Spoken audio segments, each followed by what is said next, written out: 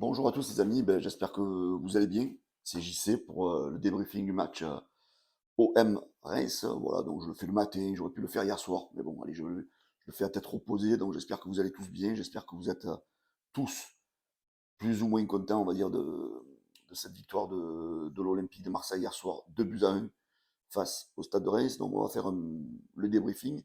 Donc on va d'abord commencer par la compo donc, choisie par Marcelino, donc qui est resté sur un 4-4-2 classique. Donc on sait très bien que c'est son schéma, son système de prédilection, on disait ça, donc son système préféré. Donc en compo, donc voilà, c'est une compo, on va dire, où on s'attendait au niveau de la défense, pas de surprise. Hein. Bon, pour Lopez dans les buts, Lodi à gauche, Bemba, Gigot, donc Bemba choisi avec la suspension bien sûr de Balerdi, Jonathan Klaus, milieu de terrain composé de Kondogbia et de Rongier, donc voilà, Verretou qui avait été un peu discuté lors de son match face au Pana, donc là il a un peu écouté, on va dire, les supporters, et il a mis Rongier, Unai à gauche, Mug à droite, donc Mug qui a débuté le match en surprise à la place de Ismail Assar, et une attaque Vitinha, Ndiaye, donc avec la surprise de l'absence de Aubameyang. Voilà. Donc que dire de ce match? Donc un match où Marcelino, disons, a essayé de changer quelques postes, quelques joueurs. Ça a fait pas mal de bien hein, dans l'ensemble, les joueurs qui ont été mis à la place de certains titulaires. Donc on peut dire que Mbemba a fait un match assez sérieux, mais on le sent quand même lui aussi qu'il est en manque de rythme, hein, parce que il a eu, dire sur le premier but, sur le but de Ito, il est quand même assez responsable, hein, parce que il est loin du joueur. Il a fait, on va dire, il a commis quelques erreurs un petit peu des corners offerts dans les affolements aux adversaires. Allez, on va dire que dans l'ensemble, il a fait un match assez solide, Mbemba. Au niveau du petit Lug, franchement, très bon joueur qui mène beaucoup de rapidité dans le jeu de l'Olympique de Marseille. Et Vitinha, bien sûr, ben on en reparlera un petit peu plus tard. Et Unai qui a été un petit peu conservé sur ce côté gauche.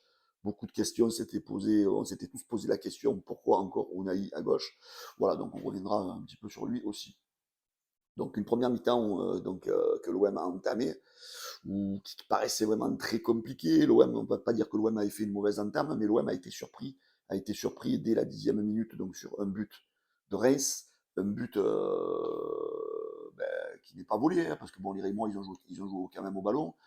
Donc tu perds, tu es mené 1-0, donc on s'est dit, oh là là, on tombe dans les travers du match de Pana. Ça y est, l'équipe ne fait rien de plus. D'ailleurs, nous a quasiment rien proposé. Hein. Quand on regarde les stats de la première mi-temps, moi j'avais l'impression de faire un copier-coller sur le match du Pana. Quand tu vois la possession du jeu de Marcelino en première mi-temps, tu es à 33% de possession. Tu as frappé 6 fois au but, tu n'en as cadré que 2. Ce qui est choquant aussi, c'est la statistique des passes sur cette première mi-temps. L'OM a fait 114 passes et les Rémois 232. Donc les Rémois ont eu quasiment voilà, la possession du ballon. C'est eux qui ont été acteurs de cette première mi-temps. Et comment dirais-je, ce qui nous sauve dans ce match, dans cette première mi-temps surtout, et dans le match globalement, c'est que l'OM a réussi à égaliser de suite par un superbe but de Unai, donc une belle frappe enroulée, pleine de lucarne. Donc ça a permis à l'OM de, se, de se réveiller, on va dire, de se réveiller, parce que je n'ose espérer ce qu'aurait été la suite du match si l'OM n'avait pas égalisé rapidement. Donc voilà, donc on va dire que sur la globalité de la première mi-temps, voilà, les équipes se sont plus ou moins maîtrisées. Reims a marqué un second but qui a été refusé, heureusement, parce que le ballon était sorti juste avant le but. L'OM aurait pu bénéficier d'une exclusion d'un joueur rémois, ce qui a causé d'ailleurs la blessure de Mug. Hein. Mug qui se fait totalement descendre par derrière par le défenseur. Le défenseur aurait dû normalement être expulsé. Malheureusement, ça n'a pas été le cas. Donc tout ça aurait pu changer la physionomie aussi de cette deuxième mi-temps. Donc en deuxième mi-temps, on a eu l'impression que l'OM a eu en fait un petit peu un autre regard parce que l'équipe est allée un petit peu plus de l'avant. D'ailleurs, ça s'est vu dans la possession de balle. L'OM a fait quasiment jeu égal en termes de possession de balle avec l'équipe de Reims. Mais voilà, donc on sentait que le match pouvait quand même basculer d'un côté ou de l'autre, parce que les Rémois, ils ont quand même été dangereux. Je vous avoue que tout le match, franchement, j'ai pas été serein. On aurait pu le perdre ce match. Voilà, c'est les mots qu'il faut se dire.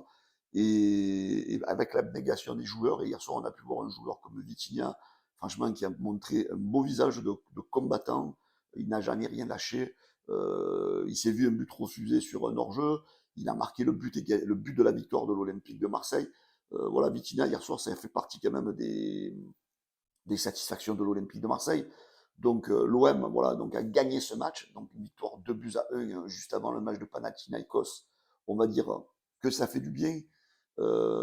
Comptablement, voilà, on va surtout regarder le niveau comptable, donc les 3 points sont très importants pour l'Olympique de Marseille, pour débuter cette saison, pour la confiance. Qu'est-ce que je retiens moi de cette première mi-temps? C'est Rongier qui a fait beaucoup de bien au milieu de terrain, donc ça a rentré aux côtés de Kondogbia qui a été lui plus ou moins transparent, a fait du bien. Donc voilà, il faudra s'appuyer sur ça, Marcelino. Donc il faudra reconduire Rongier sur le match face au Pana mardi. Voilà, des joueurs, Sarr a fait une bonne rentrée aussi, Islam et Sarr. Voilà, donc il y a eu des satisfactions, il y a eu des joueurs qui ont été plus ou moins transparents. Voilà, j'ai pas envie d'accabler des joueurs. Hein. Voilà, il y a Paul Lopez qui manque un petit peu d'assurance en ce début de saison. Mentalement, on sent qu'il y a quelque chose qui le travaille. Donc, j'espère qu'il va se requinquer un petit peu.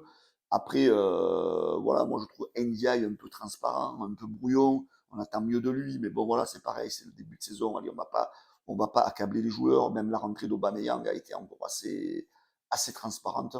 Voilà, moi ce que je retiens sur ce match-là, c'est le bilan comptable, hein, c'est les 3 points. Après, surtout le niveau moral que ça va donner à l'équipe juste avant le match du Panathinaikos. Moi, si j'étais Marcelino face au Pana, ben, je remettrais cette équipe titulaire qu'il y a eu face à Reims pour jouer ce match. Parce qu'on a vu des joueurs plus ou moins un petit peu plus en jambes, des joueurs qui se sont donnés.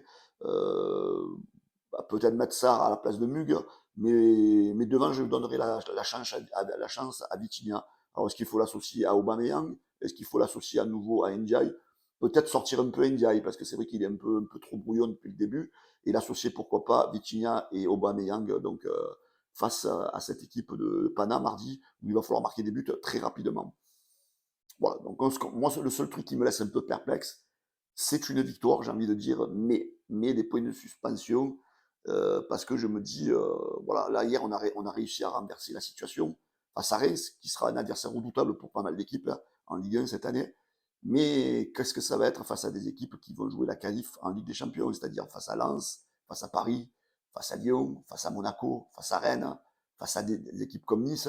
Est-ce qu'on va réussir à rétablir donc le score avec ce fameux 4-4-2 qui me semble très vieillot, très classique? Et est-ce que le fait que l'OM accepte de donner cette possession à l'adversaire va plaire aux supporters tout au long de la saison? Moi, c'est le gros hic que j'ai. Parce qu'on va dire, allez, tant que les résultats vont suivre, ça va le faire. Mais j'ai peur que si à un moment donné les résultats ne suivent pas, j'ai peur que la situation de Marcelino va se corser. Voilà, moi, c'est le seul truc qui me fait peur. Et après, bon, droit au but, l'OM, c'est quand même le spectacle, c'est à nous de faire le jeu. Et là, malheureusement, l'OM ne fait pas trop le jeu. Et à mon avis, c'est un point qui risque de bloquer dans la saison. Voilà, j'espère me tromper. J'espère que son 4-4-2, une fois qu'il sera bien huilé, ben, on sera plus dangereux. Mais pour l'instant, ça me laisse un peu perplexe. Voilà, les amis, c'était mon débrief. J'espère que. Merci d'avoir de vos commentaires. Ça permet de savoir ce que vous en avez pensé. Pensez à vous abonner à la chaîne YouTube, les gars, et je vous souhaite un bon week-end. Normalement, on se retrouve dans l'après-midi pour le débrief à la loupe avec la team. Et sinon, je vous dis merci pour votre fidélité. Je vous dis à bientôt. Ciao les gars.